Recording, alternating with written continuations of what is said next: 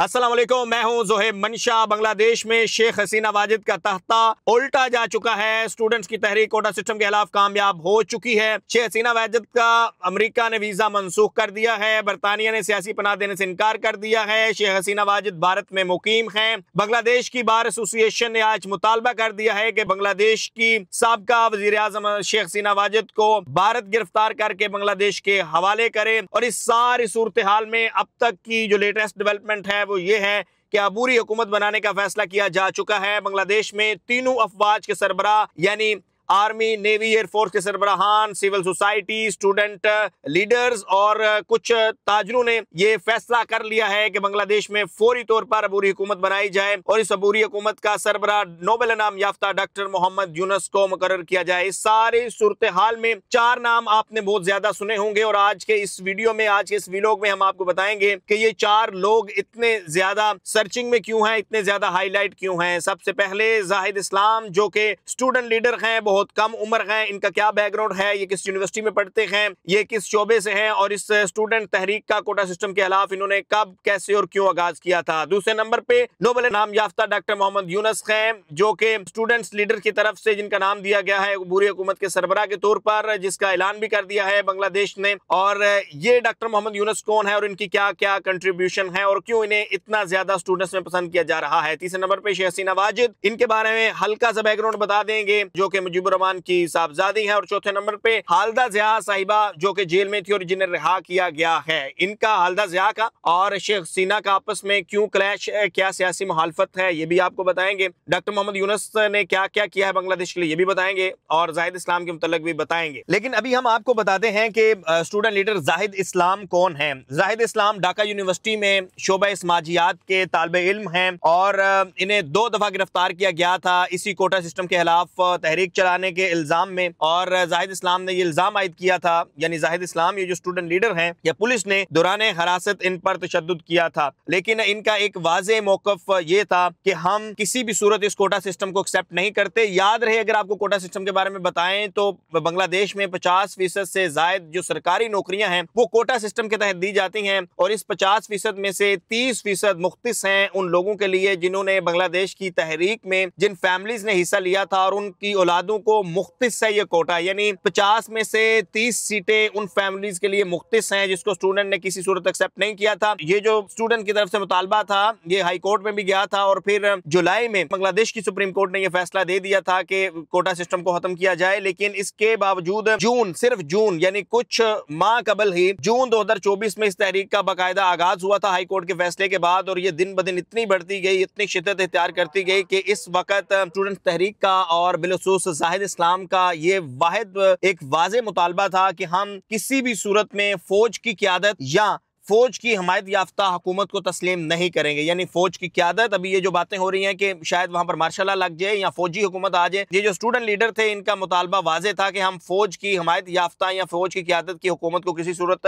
तस्लीम नहीं करेंगे। यही वजह थी कि जाहिद इस्लाम को गिरफ्तार भी किया गया और पुलिस ने तशद्दुद भी किया, ताहम पुलिस ने बाद में इसकी जो है वो तरदीद कर दी थी। लेकिन अब हम आपको बताते हैं डॉक्टर मोहम्मद यूनुस के बारे में, जो कि नोबेल इनाम याफ्ता हैं और जिनका अबूरी हुकूमत के सरबराह के तौर पर नाम फाइनलाइज हो गया है। आखिर डॉक्टर मोहम्मद यूनुस को बांग्लादेश में इतना ज्यादा पसंद क्यों किया जाता है, डॉक्टर मोहम्मद यूनुस को तालिबे इल्मों की इस तहरीक ने क्यों जो है वो सराहा है और क्यों इनका नाम रिकमेंड किया है कि डॉक्टर मोहम्मद यूनुस को ही अबूरी हुकूमत का सरबराह बनाया जाए। याद रहे कि डॉक्टर मोहम्मद यूनुस को 2006 में नोबेल इनाम दिया गया था और वजह थी लाखों गरीब बंगालियों को गुर्बत से निकालने की। इन्होंने एक ग्राफमैन के नाम से बैंक बनाया था और माइक्रो फाइनेंस के ये बहुत बड़े लंबरदार हैं और इनका जो बैंक था ग्राफमैन, वो गरीबों को कर्जा देता था, यानी छोटे कर्जे देता था और कम से कम शरह सूद पर देता था। यही वजह थी कि लाखों बंगाली गुर्बत की लकीर के जो नीचे थे और बिलखुसूस जो गरीब थे वो मजीद एम्पावर हुए।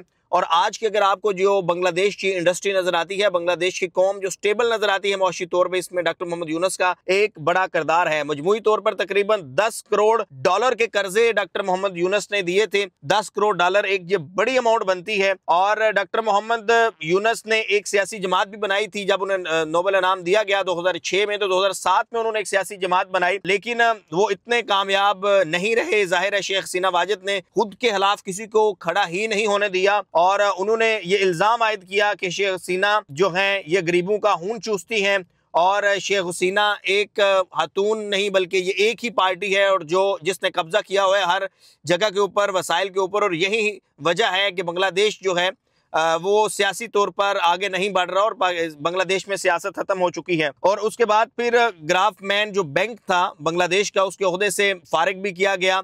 जब वो डायरेक्टर थे डॉक्टर मोहम्मद यूनुस, और फारिग भी किया था हसीना वाजिद ने, और वजह बनाई थी कि इनकी एज जो है वो 73 साल है और इन 60 साल की उम्र चूंकि रिटायरमेंट की होती है, तो ये जस्ट एक रीज़न ही बनाई गई थी। वाजे है चूंकि उनको हटाना था। लेकिन अगर हम आपको बताएं तो डॉक्टर मोहम्मद यूनुस जो हैं, उनको जब नोबेल इनाम दिया गया था तो उन्होंने कुछ तारीखी कलमात कहे थे। डॉक्टर मोहम्मद यूनुस ने कहा था कि दही इलाकों में ज़्यादा शरह सूद पर कर्जे बैंक इसलिए देते हैं ताकि वो इन लोगों को मज़ीद गुलाम बना सकें। उनका मज़ीद कहना था कि मुझे ग्राफमैन के ज़रिए कर्जे देकर अंदाज़ा हुआ कि गरीब हमेशा कर्ज वापस लौटाता है, वापस करता है। इस वक्त डॉक्टर मोहम्मद यूनुस ने एक बड़ा बयान दिया है और उन्होंने कहा है कि 1971 के बाद ये दूसरा योम आज़ादी है बांग्लादेश का। सो लिहाजा अब तक की ये डेवलपमेंट थी और ये 4 लोग जो हैं वो बहुत ज़्यादा गर्दिश कर रहे थे इनके नाम, तो सोचा कि क्यों ना आपको इस वीडियो में तफसील से इन 4 लोगों के बारे में बता दिया जाए। डॉक्टर जाहिद इस्लाम जो कि स्टूडेंट लीडर हैं, उन्होंने अपना हर मुतालबा मनवाया और उन्होंने इस बात को वाजे कर दिखाया और इस बात का अमली तौर पर इस वक्त यूथ को बता दिया कि अगर यूथ मुत्तहिद हो तो कुछ भी नामुमकिन नहीं है। हर वो चीज़ हासिल हो सकती है जो कि हमें मुश्किल और नामुमकिन नज़र आ रही होती है।